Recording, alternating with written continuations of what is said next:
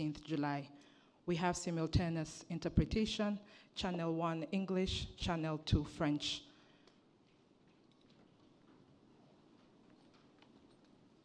Mr. President, before we take questions from the media, may I kindly ask you to deliver your remarks, if you prefer.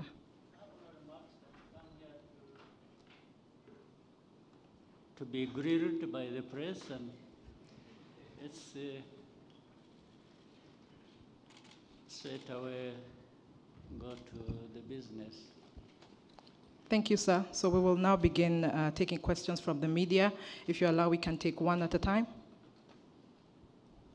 Let's start with any questions? Swedish radio? Please remember to introduce yourself and the media house you represent before asking your question. Is it on? Richard Marienberg, Swedish Radio. Just a very short question. After the elections, what will be on top of your to-do list? What's your priority number one?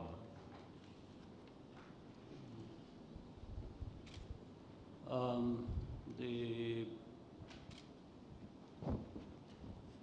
priority number one after we've gone through all this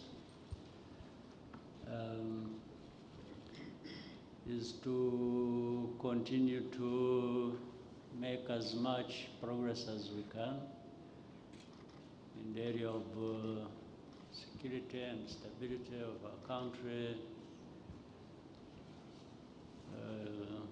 socio-economic development and progress, and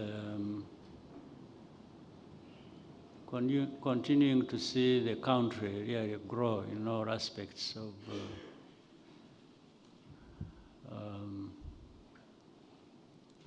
development. So it's just the same path we have been on, rebuilding our country, growing it towards prosperity. That is what is preoccupying us. Thank you, sir. Let's have another question. NBS, Canary. Thank you. My name is Kanare Mgume from NBS TV. My question is, with the percentages from your victory in the past elections, it is evident that the Rwandans still want you to be their leader, and I will not be surprised after what comes out after Monday. My question is, what does Rwanda without Paul Kagame look like in your own eyes? Because as a leader of today, is it something that bothers you at night that at some point when you are not here, Rwanda should not plunge into chaos yet again? Well, I'm not sure what really happens when I'm not here. I don't want to guess and just start imagining things. I do what I have to do while I'm here, and I'm doing it with the people of this country as not only you have seen, but also what you've just referenced, what has happened in the past. I don't think there is Kagame only. It is Kagame with these people, you see. We make progress because we are together. And these people, the Rwandans, contribute a lot, make things happen. I only provide leadership as by their choice. So, and I'm sure when I'm not there, there will be another choice they will make. The choice that can even lead them better without ruling out the fact that yes, things may not be as good as they have been, but that is life. That's what happens. So Rwanda has been there before me, before I was born, or before I came back to this country, because I have lived outside of it for a long time as a refugee, and you know the story. I was a refugee in Uganda, and many other colleagues who are behind the progress we are making. A number of them have been refugees in many other parts of the world, mainly the region, whether it is Burundi, Tanzania, Kenya, many others, Uganda with me, and beyond. So the story is that Rwanda has been there and will always be there, like all other countries. The Rwandans will enjoy being Rwandans in different ways or contexts. Others have suffered, many, for being Rwandans, like we have seen, again owing to bad politics. So I can only really answer for what we are doing as Rwandans when I'm here as their leader. What happens when I'm gone will happen. I don't know what it is. But I imagine among these Rwandans there are people who can lead this country even better than I can or have done. So it's a story, by the way, that goes on everywhere in the world, whether it is where you come from or other countries in the region or beyond, or these rich, developed countries. Yes, leaders come and go, and different things happen owing to the leader who is in place, or the politics around that supports that leader, and things keep changing. So Rwanda is not any different. Thank you, sir. Let's have some questions in the back. Isley Voice, and then Label TV. Good afternoon, Mr. President. My name is Amina Wako from the Isili Voice, Kenya. And my question is, as East African, we see the back and forth about peace in Eastern Congo. Is Rwanda an obstacle to that peace? And in your perspective, what do you think the East African community and the AU and the international community should do to ensure the sustainability of peace in the Eastern Congo and the region at large? Thank you.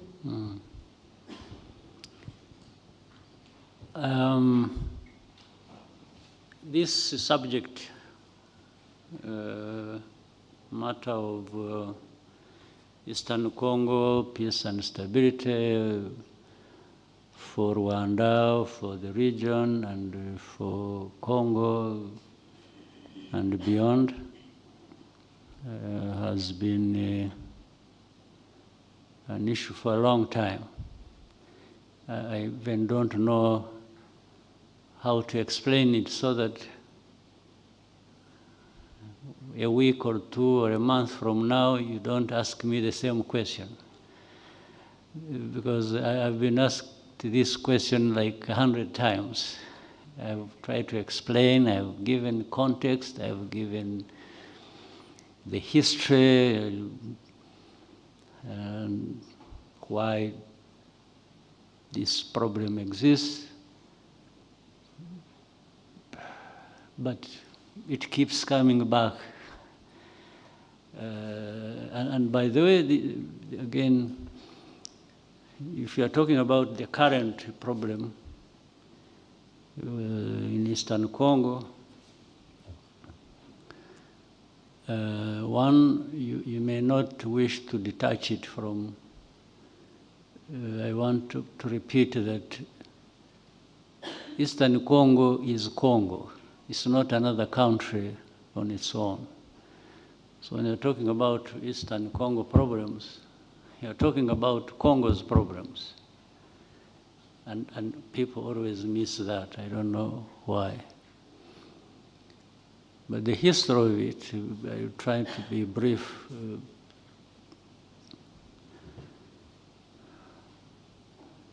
That problem has the thing called the M23, has been there for a long time, and the conflict arising out of or involving with M23 has happened twice. The first one was in 2012. Now the other one is just recent. But in between there was a 10-year period. If you were a very keen observer or journalist, you would try to link the two and ask yourself, why? Why did we have this problem in 2012? And then we have it 10 years later again.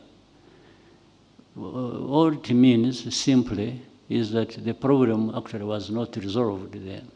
Otherwise, if it had been resolved, you wouldn't have it again 10 years after. The very same problem. But if you don't know, let me again repeat.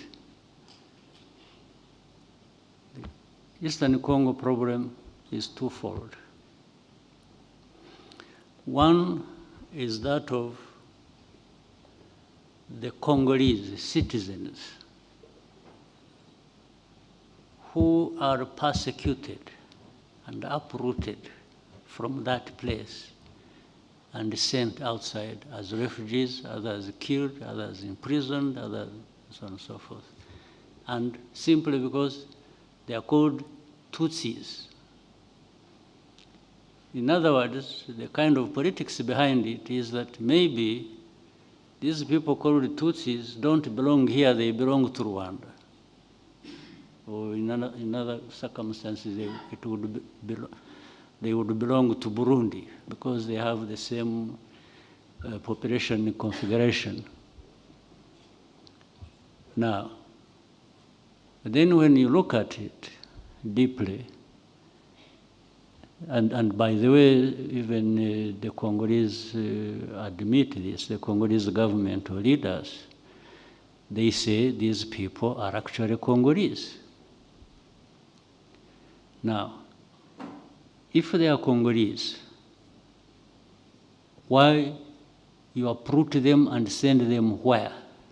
Why don't they have the rights as citizens of that country, like others?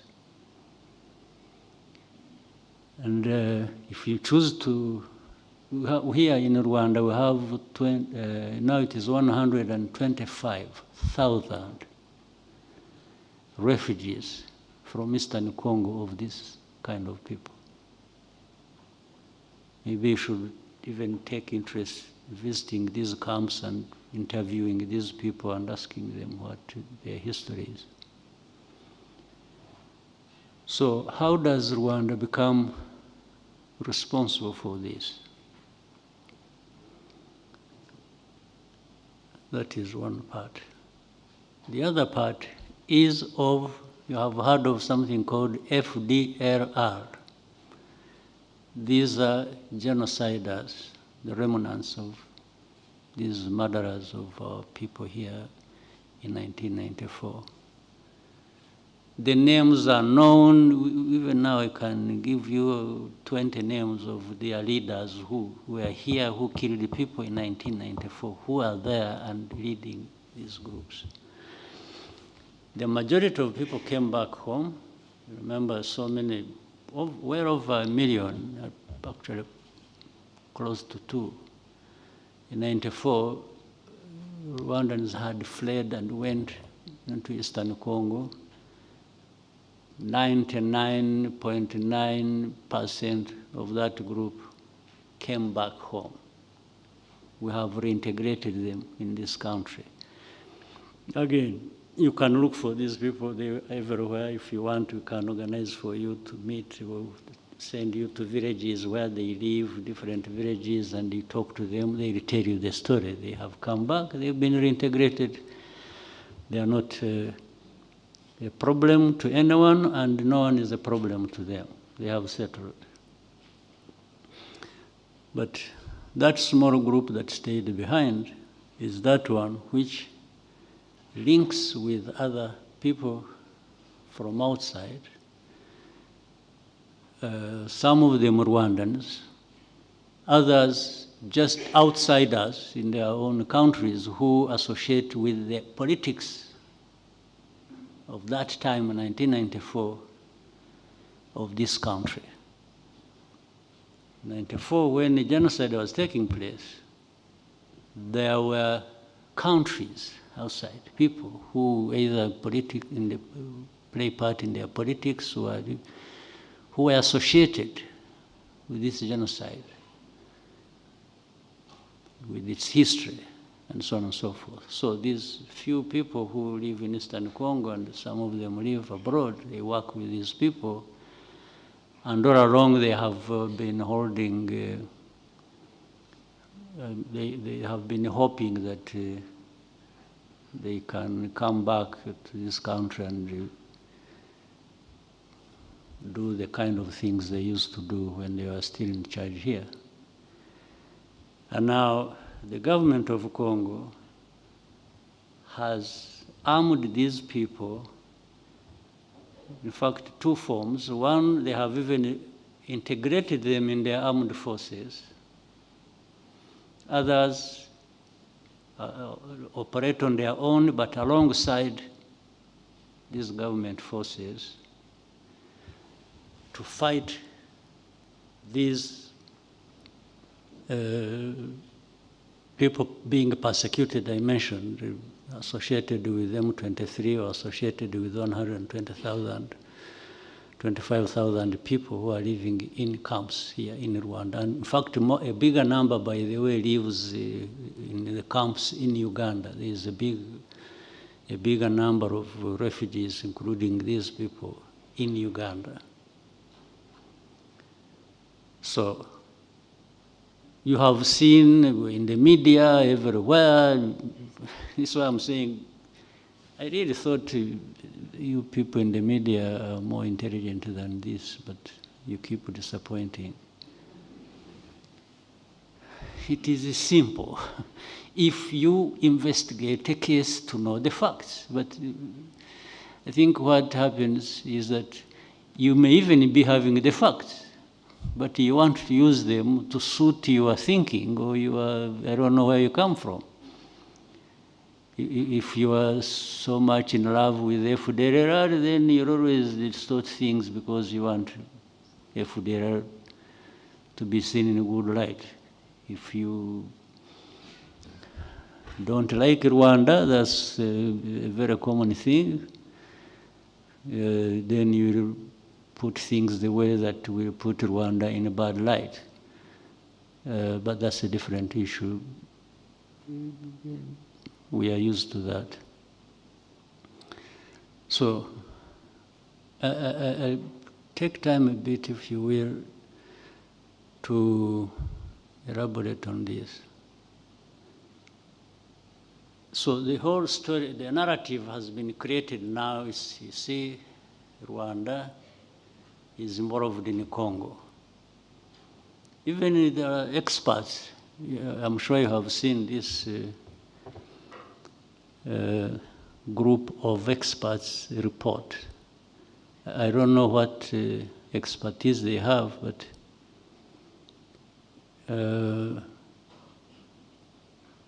they write about Rwanda's forces, RDF, in eastern DRC. Then they are very silent on government of Congo, associating with FDLR and creating it and arming it and growing it to be a bigger force. They are very silent on that. That is how far their expertise go. And so the narrative is formed to make it sound like Eastern Congo's problem is actually created by Rwanda. But from these facts I'm telling you, that can be cross-checked as to their veracity, will show you a different story. And again, the narrative has been about turning a perpetrator into a victim. And this goes very well and relates to the genocide story and the story of Rwanda.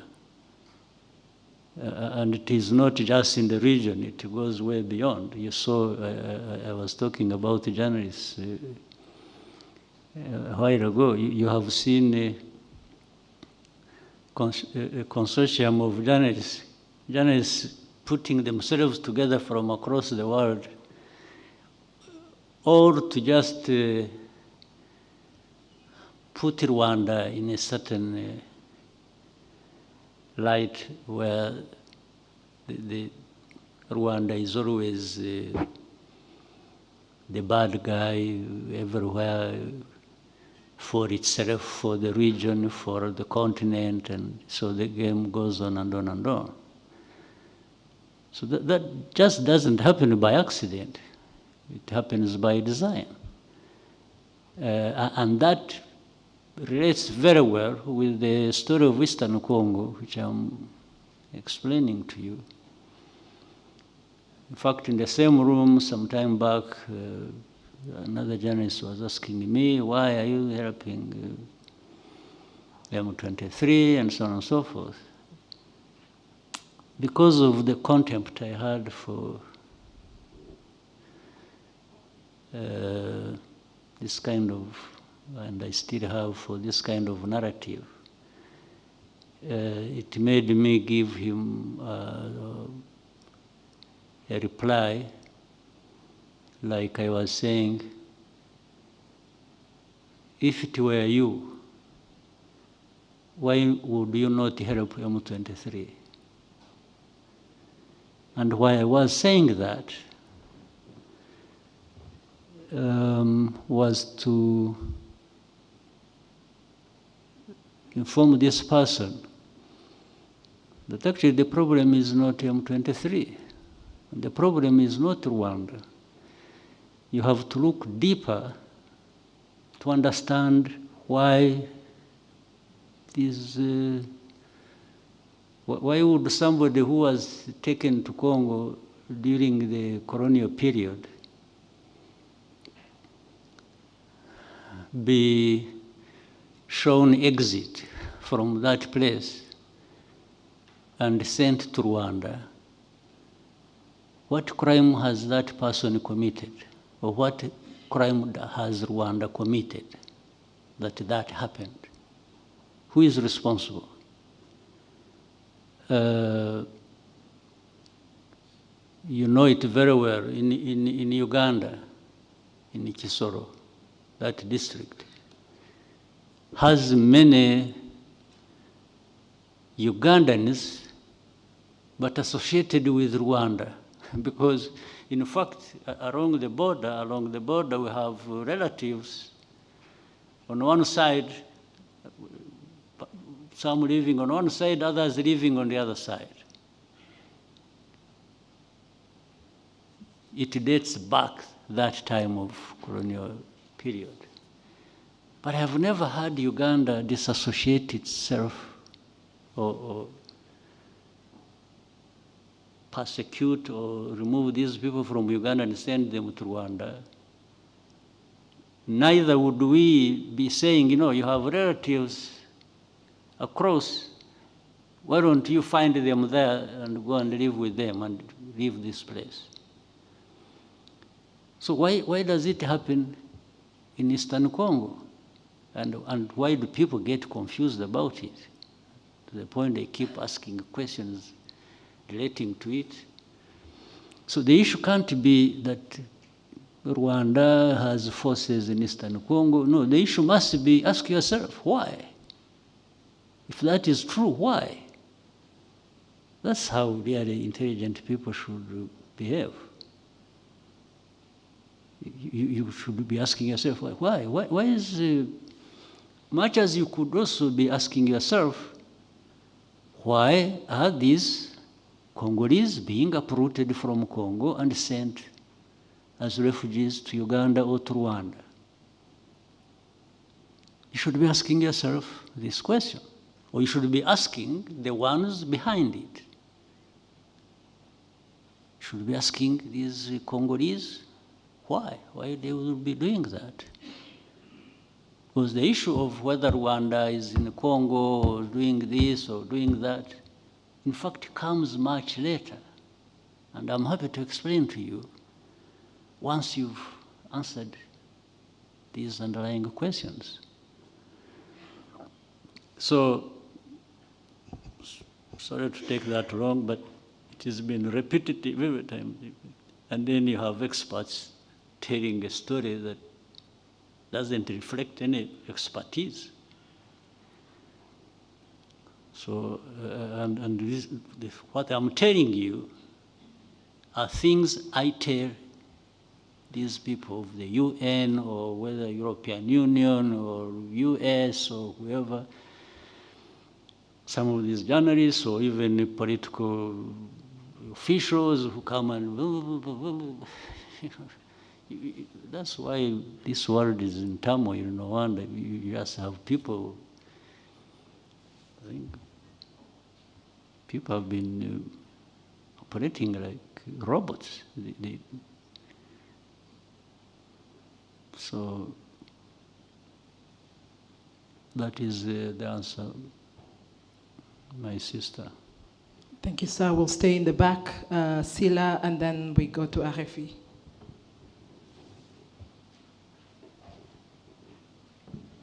Alors bonjour, je suis Panda Silla de Label TV Sénégal. Alors Monsieur le Président, Son Excellence, le Rwanda est aujourd'hui en Afrique et partout dans le monde considéré comme un modèle de réussite, de développement, de sécurité 30 ans après le génocide. Alors quelles sont les clés de cette prouesse? Et ma deuxième question, la Constitution du Rwanda de 2015 vous autorise à rester au pouvoir jusqu'en 2034. Comptez-vous rester au pouvoir jusqu'à cette date d'échéance? Je vous remercie.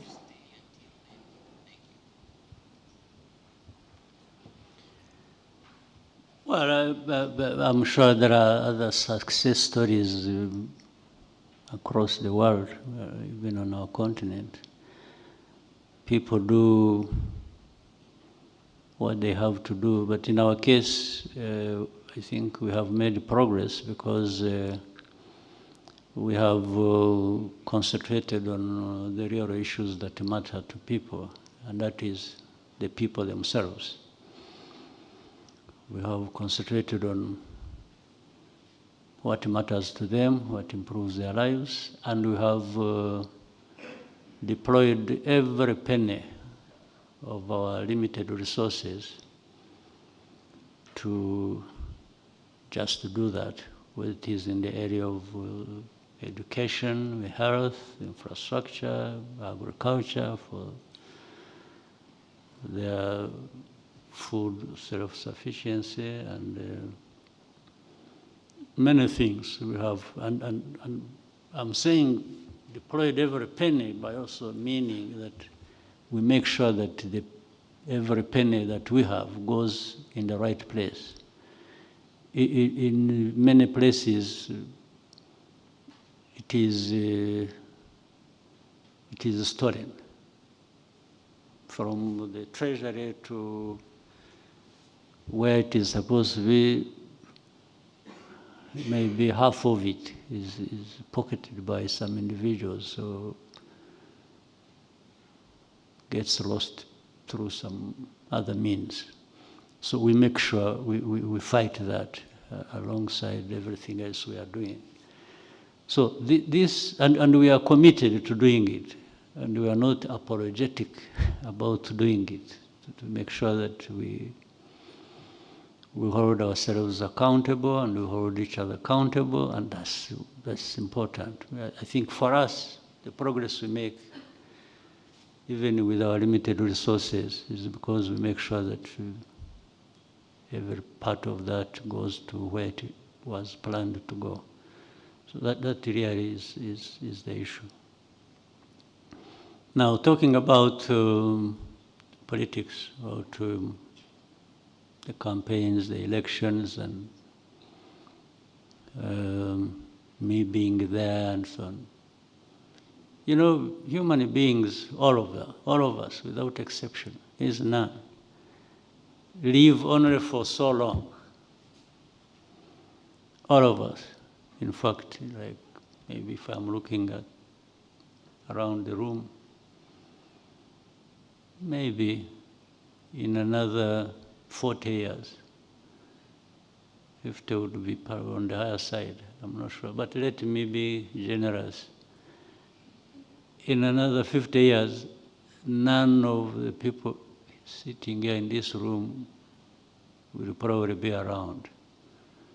So that's where we all go, no question about it. But while we are living, while we are still on this earth, we want to do what we want to do as individuals, as people, meaning collectively, and so on and so forth. So collectively, and by the way, it started by accident, meaning for me to be the president, it started here as an accident. Well, first of all, as an accident or luck, that I survived the many years that could have taken my life, as many others' lives were lost. So I was lucky to be alive to the point that I became president. So it wasn't by plan at all. Even if it was to be by plan, I was still lucky. The second is that even as I was still alive at the beginning of this whole process, of 30 years we've been here, some other people were chosen to be president. I wasn't. I was suggested in '94, I refused. I just felt I wasn't in a position to be president. So I worked with others to put another president there, who later on, whatever happened, was removed by Parliament. And it's like those who wanted me to be president at the beginning came back to me and said, you see, we told you that allowing another person like this to be president. I said, I didn't know. Maybe you didn't know also, you're just blaming me for. So they said, now you should be president. Okay. Then I had been here 6 years, I think, doing other things for my country. I accepted to be president. Now, from that time, it's like I committed an offense, accepting to be president. Every day I'm being asked, when are you leaving? When are you going? So, these people who made me president are telling me they still want me to be president. Somebody somewhere says, no, you are here too long. But these guys who even ask these questions or who tell me that even if they wanted, they cannot be the president of Rwanda because they don't belong here. So now I really get confused, and I think this is not fair. Because when are you leaving? Now, as I have said, there was a time I wasn't president. I didn't even want to be president. I refused, actually. Now, when I became president, and the people of this country, who matter to me more than anybody anywhere else, keep saying, we want you here. Oh, by the way, we have also had open conversations with them in our meetings of the party I lead. I have been telling them to actually look for another person. I told them in 2017, but I started 2010. 2017, I was more vocal on that. And even recently, I told them the same. The leaders of the party are here, the chairman, vice chairman, and the secretary general in this room. They are here with you. They can tell you what I told them. I've been asking them to, even if I'm agreeing to be president, they should not forget to be working very hard to identify people who will follow in my footpaths. Every day I remind them. Now, but I think for them they're operating like, as long as he has some breath in him, let's squeeze every bit of it. So, and I've been telling you, no, I don't have to stay here doing. So, but I know for sure somebody will be found sooner than later, if we don't count the many years I've been around, going forward. Because that is a necessity. So, but the other necessity that conflicts with that is for the people, my party and the people of this country. It goes beyond the party of RPF. It actually goes to the whole country. When so there is a conflict between the necessity for me to do other things and somebody else leads the country or even the party. But there is also the reality that those people who make that decision are also still demanding that I stay there. So my question is to them as it is to me, so you want me to stay here until when? Because I know there will be a time when I shouldn't be here or I want to be here. So, but if you could only bear with us and it becomes our problem, internal problem which we have to resolve, maybe we shall find a solution sooner than later. But when from outside, where you have your own problems to deal with, of your own, in your own countries, I guess there is nobody who doesn't have a country here. So better tend to those problems of your country, or your countries, and leave this problem of ours to us. We shall resolve it, one way or the other. And whatever happens, whether there will be better people than me, even or those who will come and try to run down what you have been building over the years, there is nothing we can do about it. Especially there is nothing you from outside can do about it. Thank you, sir. BBC.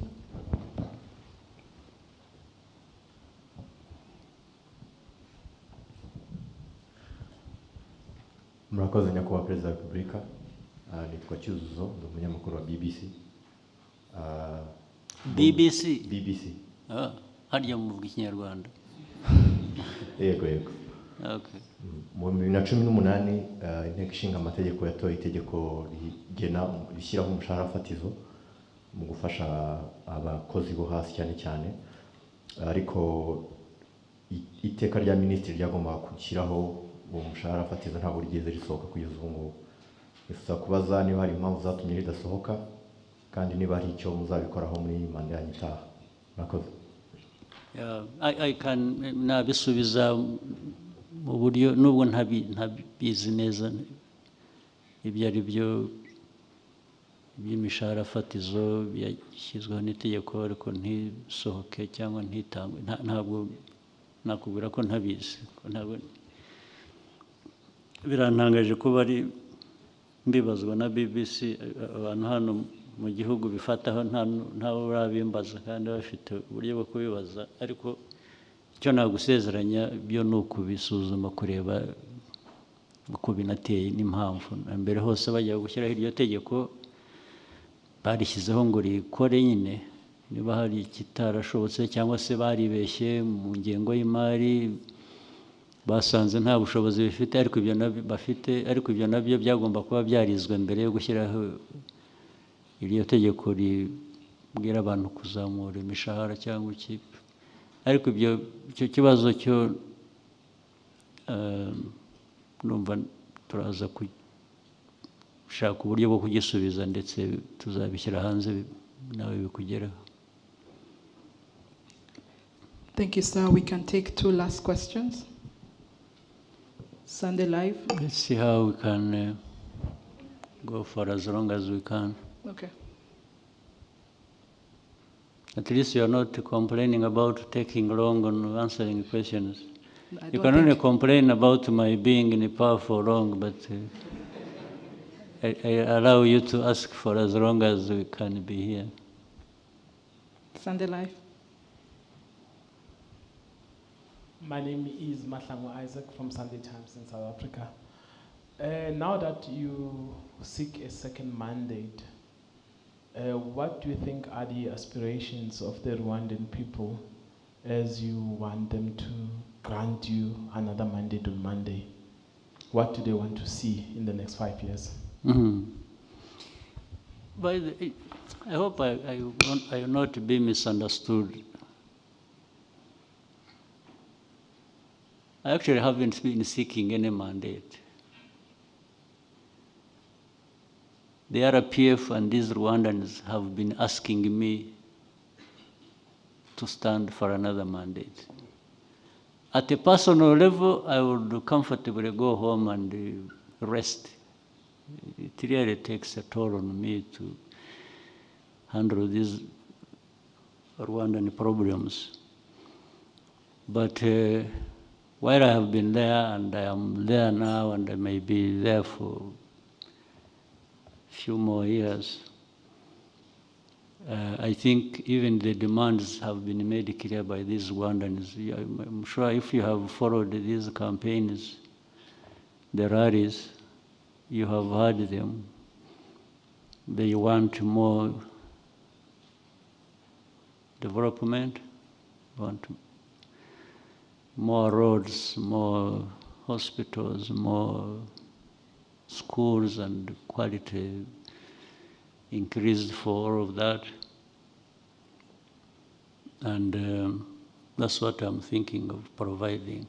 They need more investments in infrastructure, in technology, in being able to feed themselves and feed the markets, thereby earn money from that. So it's all what we have to do, that we have been doing, but if we can move faster, if we can do better delivery of services in different sectors, I think that's what the Rwandans want. So that's what preoccupies me, that's what I have in mind, that we should be working together with Rwandans to deliver that to them. Thank you, sir. Goloba, welcome. Thank you very much, Your Excellency. My name is Frederick Goloba Mtevi. I'm an independent researcher and analyst. Your Excellency, I've had the good fortune to follow you around throughout this campaign. And there are two issues that have come to my mind that I thought I should ask you about. One of them is almost at every rally, you've been giving this message to young people to step up and take responsibility for the gains Rwanda has made in the last 30 years. You keep going back to it at every rally. And I've been wondering, is there a deeper message in this, or is this just what we see? Are you saying something deeper than what seems apparent? The second question, Your Excellency, is watching all your rallies, it strikes me that the RPF is a formidable political machine. Clearly, anyone who looks at it can see it. I'm wondering what it is that you and others in the RPF are doing to ensure that when you're gone, this thing we see going up doesn't go down. Yeah. Well, really the message, whether deeper or what it has been all along, is the young people understanding and feeling that they are the ones who hold responsibility for their lives, the lives of everybody in the country, and especially in the near future, they are the leaders. It's what I'm raising and alerting them about. It's not tomorrow that I'll tell them that. It should be yesterday that they became aware of that. So that is the only essence, the real essence of repeating that message. And the progress that has been made, that people refer to under the RPF and so on and so forth. Yes, in fact, happened. Even the liberation itself happened with the young people taking responsibility for all that. Even when I became president, I think I was still in my 30s. And the others who are everywhere doing different important things are much younger than me. So I'm only telling them that it is now that you young people should be thinking about this responsibility you have to yourselves and to the country. So that is, and again, it actually links with the second question you've asked. Once people grow up understanding their responsibilities and that things that don't happen or that you don't wait until somebody else comes to your rescue and helps you on different things. It is that group of people that from whom there will emerge leaders who step forward and even be leaders of this country and one way or another. And with the sense of responsibility comes the understanding of the story, where you have come from and where you are and where you want to be. So if there has been some level of success with my leadership, it can't be me alone, but also it doesn't mean that it is only me alone that can succeed as we lead this country. So it just comes from that conversation, it comes from the experience and what you see, the results. And the moment you go through a number of years following the story and associating the message with the results, I think many people are formed by that and are helped by that to go beyond just the ordinary and thinking they are there just to be led, but also can aspire to lead.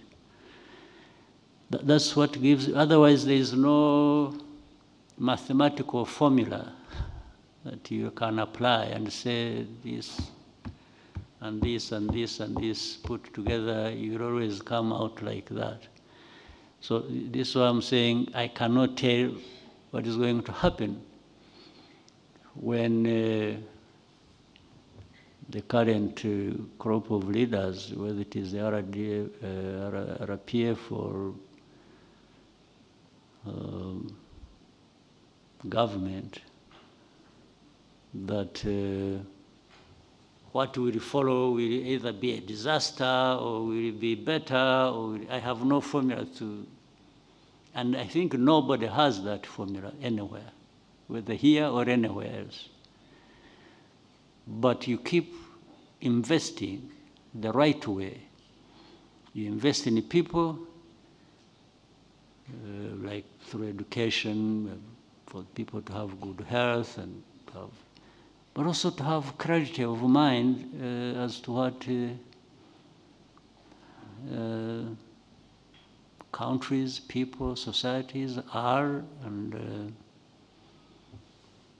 what these real aspirations are. And that they are the only ones, they are mainly the ones who can make things happen.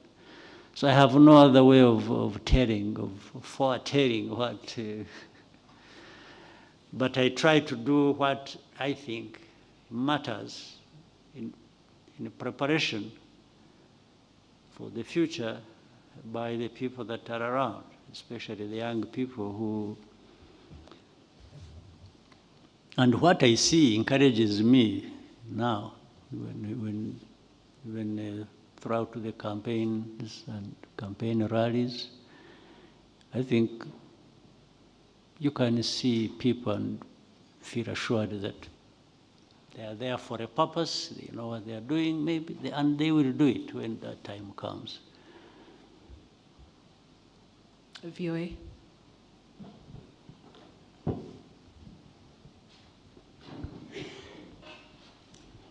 Hello, Mr. President. My name is Mariama Diallo. I'm the Nairobi Bureau Chief for VOA. So a lot of my questions have been asked, but I do want to follow up on that, the post-Kagame era. You just talked about leaders come and go, but good leaders also plan.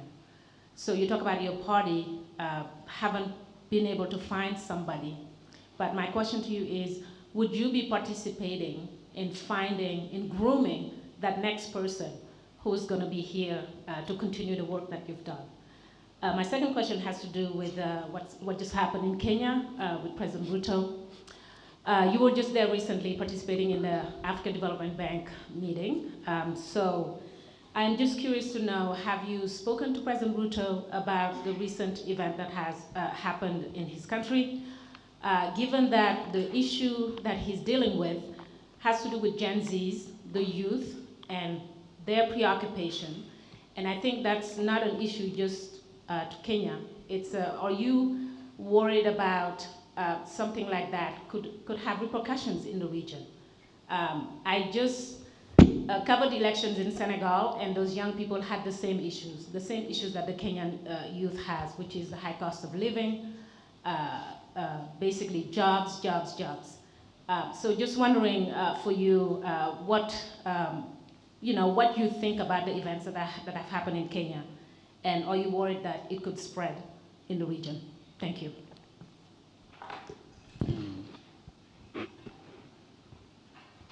Yeah.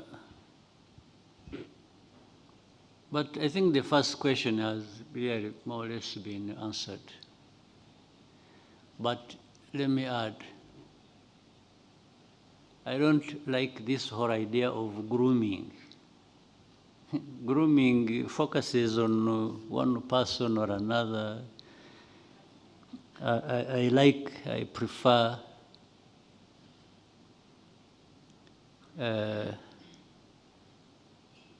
doing it generally. Like when I talked about encouraging young people and government making investments in their future, like education, like business, their health, their blah, blah, blah, and so on and so forth. And then that part of politics always being there, reminding them, hey, you guys wake up. This is your responsibility. You can't just be there. So from among them, one or two, or whatever number you want, among these people, there will always be somebody to play that role. You would be grooming somebody, a specific person for. This is why I told the party last time, recently, that, in fact, I told them openly, it's like maybe you were even listening to me, but the question was answered then. I told them, I said, I'm not going to name anybody for you to lead you. You be the ones to look for somebody to lead you from among us.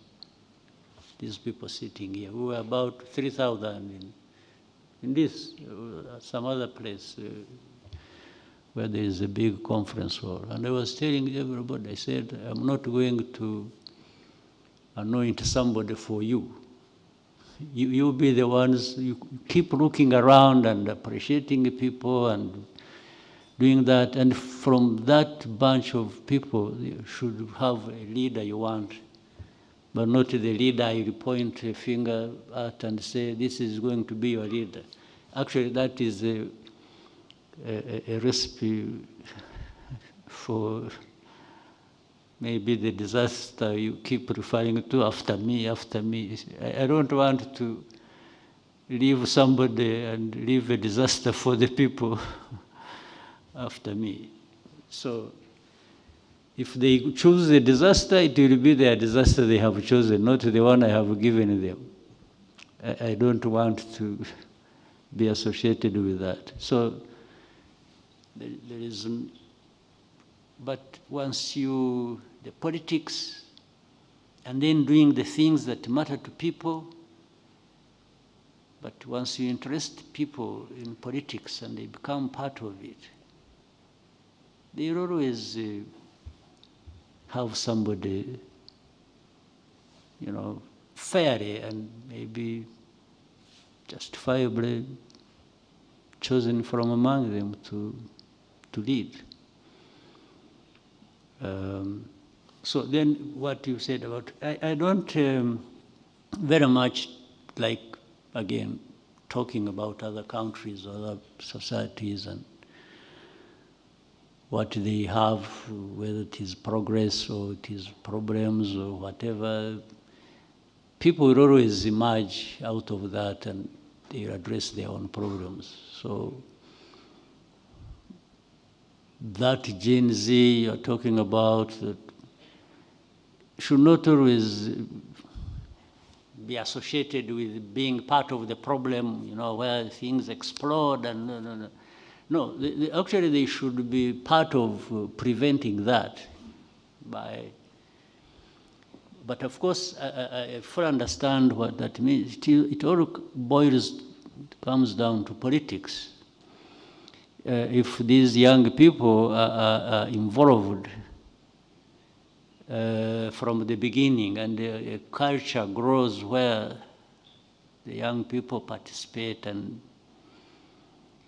in the good politics of any country, then they don't end up just being, I mean, people demonstrating on the streets, destroying this or that. No, they actually end up being part of a situation or creating it that prevents that from happening.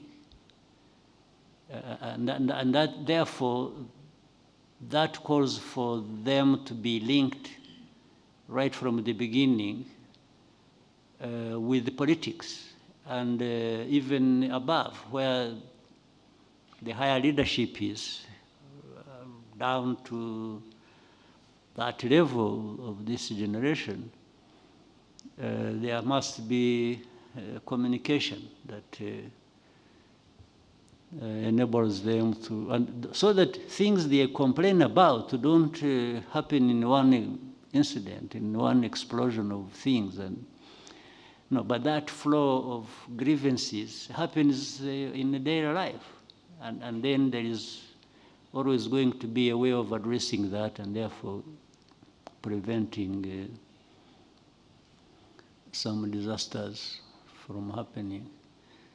Otherwise, I always keep off other people's affairs. I have no lessons for anybody. I'm stuck with my own problems, trying to deal with them on a daily basis. So I can't add on that burden of even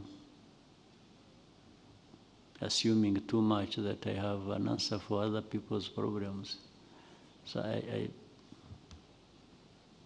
but every situation has problems, but there is also a way to address those problems. But it is the people of any country that we have to deal with that. Thank you, sir. We can take 2 last questions. But there are some people on your left who are up there asking. We are balancing both sides so that everyone does not feel left out. We could go to Genoa. Good afternoon, Your Excellency.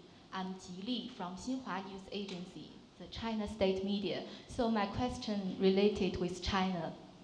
Since Rwanda and China established diplomatic relations, the bilateral relationship has been remarkable development, with cooperation deepening in various fields. So how do you evaluate the achievements of the bilateral relationship over the past 50 years? And in which areas do you expect further cooperation between the two countries in the future? Thank you. We have had a good relationship with China, and we want to keep it so. We have not had actually problems with China at all. That doesn't mean we agree on everything. Sometimes we disagree or we agree, but when you disagree and there is a channel of communication to each side, it's understanding or grievances, if it amounts to that, it always is a good relationship. And we have a good relationship with many other countries, whether in Asia or the West. And it is a principled relationship we always insist on. We have had, of course, relationships where some people want to be overbearing and they're telling you, you must do this, you have to do this, you shouldn't do this. And we have been in a very good position and have learned through experience. We politely but firmly tell people that we also have ideas about what we want and how we want the relationship to be and what we want in that relationship. And Some we have agreed and it has caused problems, others it doesn't cause problems. Even with those who don't understand and it causes problems, we are happy to go along and even do the same next time. On this one, so far, we are firm about what our country wants, what we are doing, and we happily tell anybody who thinks they can come riding over us to tell them that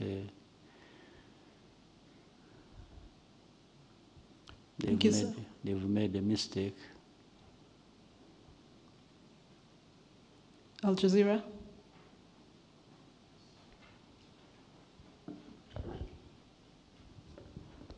It's coming to you. Laith Mushtaq from Al Jazeera. Back to the same report you mentioned before, Your Excellency, about issued by United Nations, was covering two things: the mining and the military situation in east of Congo. And 4 days later, there is a statement from State Department of United States was focusing on the mining. In your point of view, Your Excellency, why both the report and the statement, they just overlook the political situation? Thank you. Well, that is really a question I can't answer, even 100. So why they would be talking about that and not about themselves, I don't even understand. So that one, how can I answer that? Then you have a group of experts, you said, talking about what? Mining and military situation. Military situation, the way they talk about it, they talk about maybe 15% of the problem. Even then, they don't put facts or evidence to it. This is why I think I explained it. If you are talking about RDF, Rwandan Defense Forces, and M23, and you are silent, I think I answered that, and you are silent about FDLR, and you are silent about the government of Congo expelling its own people from the country to go somewhere else, using these genociders who were here, who killed our people. How can I answer that honestly? I mean, you should be able to make that judgment yourself, or anybody here who sees that should be able to make the judgment. It's not up to me to answer that. I don't know how to answer it. I don't know how to answer that somebody is associated with the problem and is saying it the way they want people to see it or to understand it. I have no answer for that. I can't explain it. They should be the ones to explain it. In fact, I wish one day you could meet those people and ask them and say, why is it because this is not happening? Or is it because it is not there? That you are silent about it, that you are talking about something else that either is less important or actually is not happening, or if it was happening, it is happening for that reason you are silent about. Then they are the ones who can explain it better than myself. But we have told all of them, maybe you have also seen how we have responded to some of it. but we have told them that by that they have only become part of the problem, and they are not anywhere near being part of the solution. But I thought we must be having or looking at finding ways to have a solution to that problem. But if you handle it like that, you are not finding a solution. Rather, you are adding to the problem or even complicating it even more. Thank you, sir. We'll take the last question now from RBA. Two more questions. If we could do quickly, we could have another two. Another two after RBA? Okay. Murakoze cyane, nitwa Jean Claude Mutuyezu, umunyamukuru wa RBA. Mu minsi mumaze mwiyamamaza mwakunze kugaruka ku mvugo ivuga yuko iyi politiki yo kwiyamamaza n'ubundi yihariye cyane ko FPR yagiye ifatanya n'indi mitwe ya politiki. Munagaruka cyane ku bijyanye n'ubudasa bw'abanyarwanda. Ese ubu budasa twavuga ko buva kuki? Nanone twibaza ngo muri manda ikurikiyeho ni ibiki muteganyiriza abanyarwanda bijyanye n'imvugo mukunze kugarukaho cyane y'ubudasa? Murakoze cyane. Ubudasa buturuka ku mateka. Ni amateka mpora mbivuga buri munsi. Ni amateka biturukaho u Rwanda aho ruvuye, byarubayeho, hanyuma uko abantu babisohokamo. U Rwanda rw'amateka y'amacakubiri n'u Rwanda rushyira abanyarwanda bose hamwe n'ibintu bitandukanye. Muri uko gushyira abantu bose hamwe rero bahera ku mateka mabi bakareba icyo u Rwanda rushyira abantu hamwe rukora kugira ngo abanyarwanda bose bibone mu bikorwa no mu bibageraho. Ibyo ubwabyo bisobanura bwa budasa. Ni nayo mpamvu ndetse aho twagiye tujya kwiyamamaza hose abantu baza ari benshi, inshuro 10 zirenga n'iki, baza ari benshi bavuga, ubona bitabiriye iki kintu kimwe. Ugomba gutekereza nyine ukavuga uti aba bantu bagomba kuba bumva neza aho tuvuye, bumva neza aho dushaka kujya. Icyo batora rero ni iyo nzira ibaganisha aho bashaka kujya, kandi bose. Iyo bimeze bityo ibindi byose ni ubusa.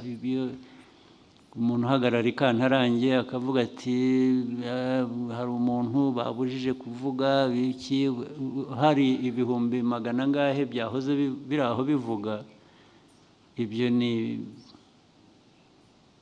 ugukora ubusa, uranabyihorera ugakomeza. So abanyarwanda rero icyo bashaka barakizi bo, baracyerekana ari mu bikorwa. Ntabwo ari n'ibikorwa by'amatora gusa, ahubwo biriya bikorwa by'amajyambere bigenda bibaho bikorwa n'abanyarwanda. Abanyarwanda bitabira buri kintu cyose, iyo bahaye uburyo barabukoresha bakagera ku byo bifuza.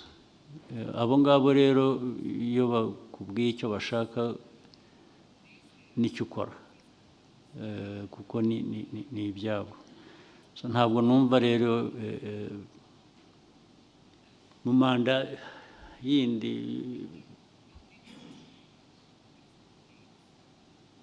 ikindi se cyaba iki kitari ugukomeza ibyo dusanzwe dukora nyine, ibyo by'iterambere, by'umutekano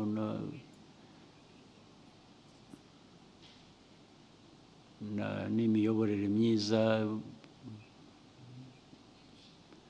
Demokarasi ga n'ikivuze, demokarasi bivuze imiyoborere myiza, guhitamo abantu bakagera ku cyo bashaka. Nicyo tugerageza gushyira ku murongo. Nibyo bikomeza, nta bindi bishya byaturutse ahandi dushaka gukora. Scovia.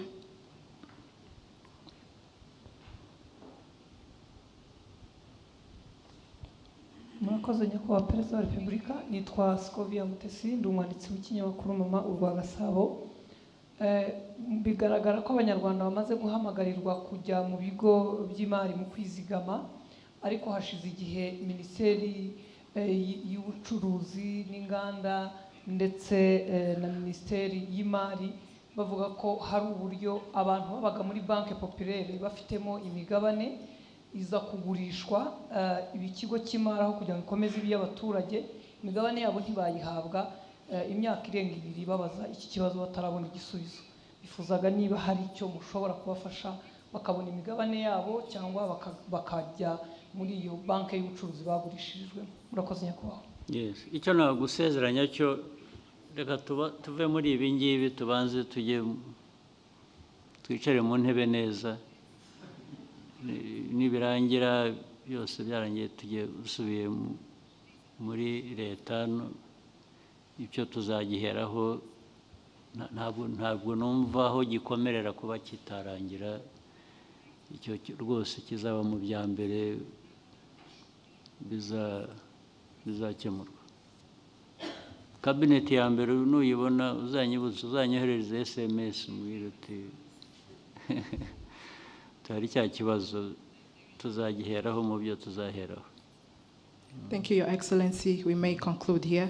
I would like to thank you for your time and wish you a successful voting day on Monday. Thank you.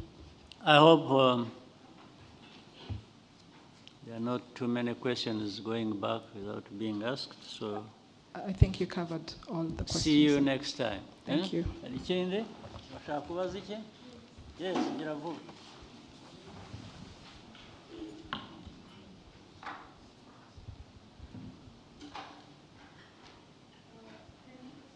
Thank you so much, Mr. President, for this time.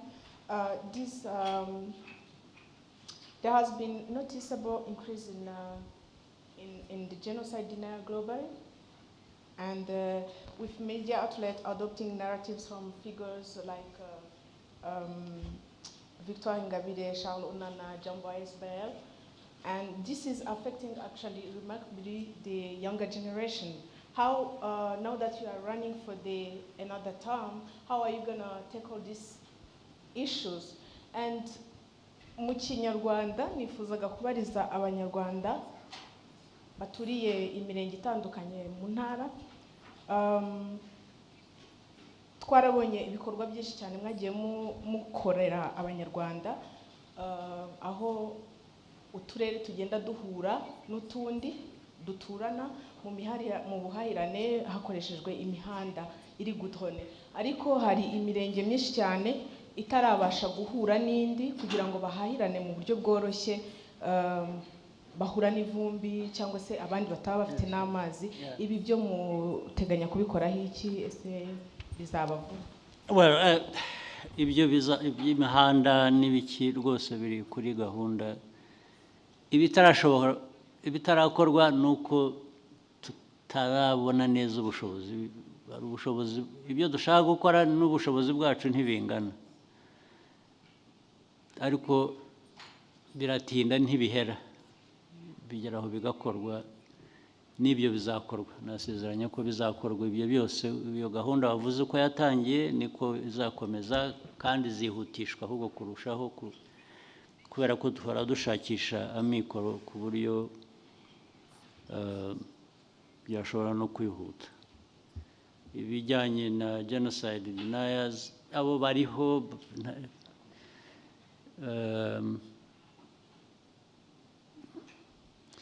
ingaruka zabyo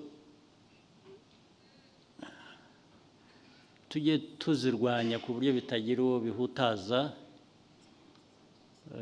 ndetse abatoya mujye mubyanga mubishyira hanze. Ibyo birahari bishyigikiwe n'abantu bamwe hanze n'iki birirwa basakuza, ariko nicyo nababwiraga, ari ubwo basakuza ngo baguteshe umurongo uve ku byo wakoraga ujye muri ibyo bitagira icyo, kandi bamwe baranashyigikiwe, bashyigikiwe n'ibihugu cyangwa imiryango cyangwa iki bifite ubushobozi, ariko icyo dufitiye ubushobozi twebwe nuko ibyo ngibyo ntacyo byadukoraho hano na kimwe.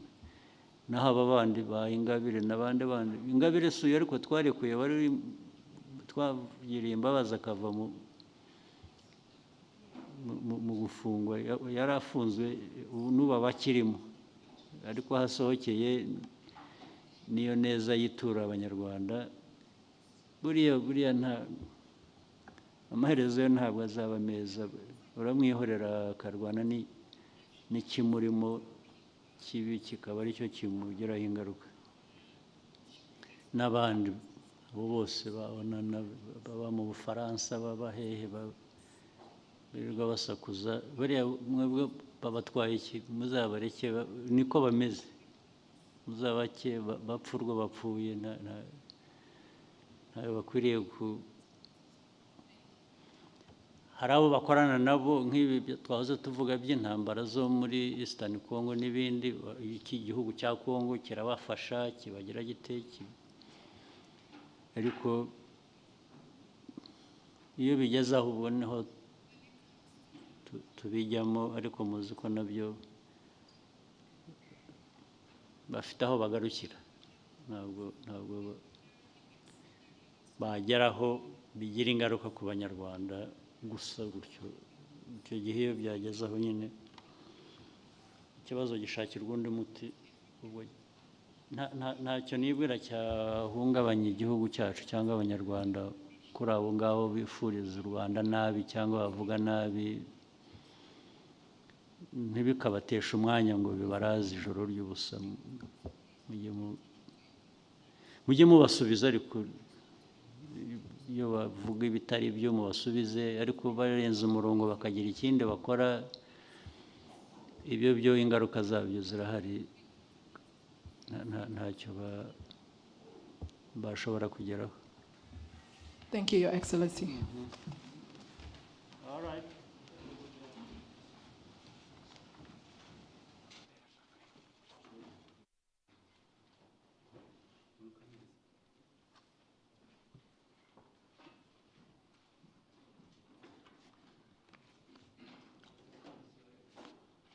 Hi, everyone. There's some snacks outside the room, so feel free.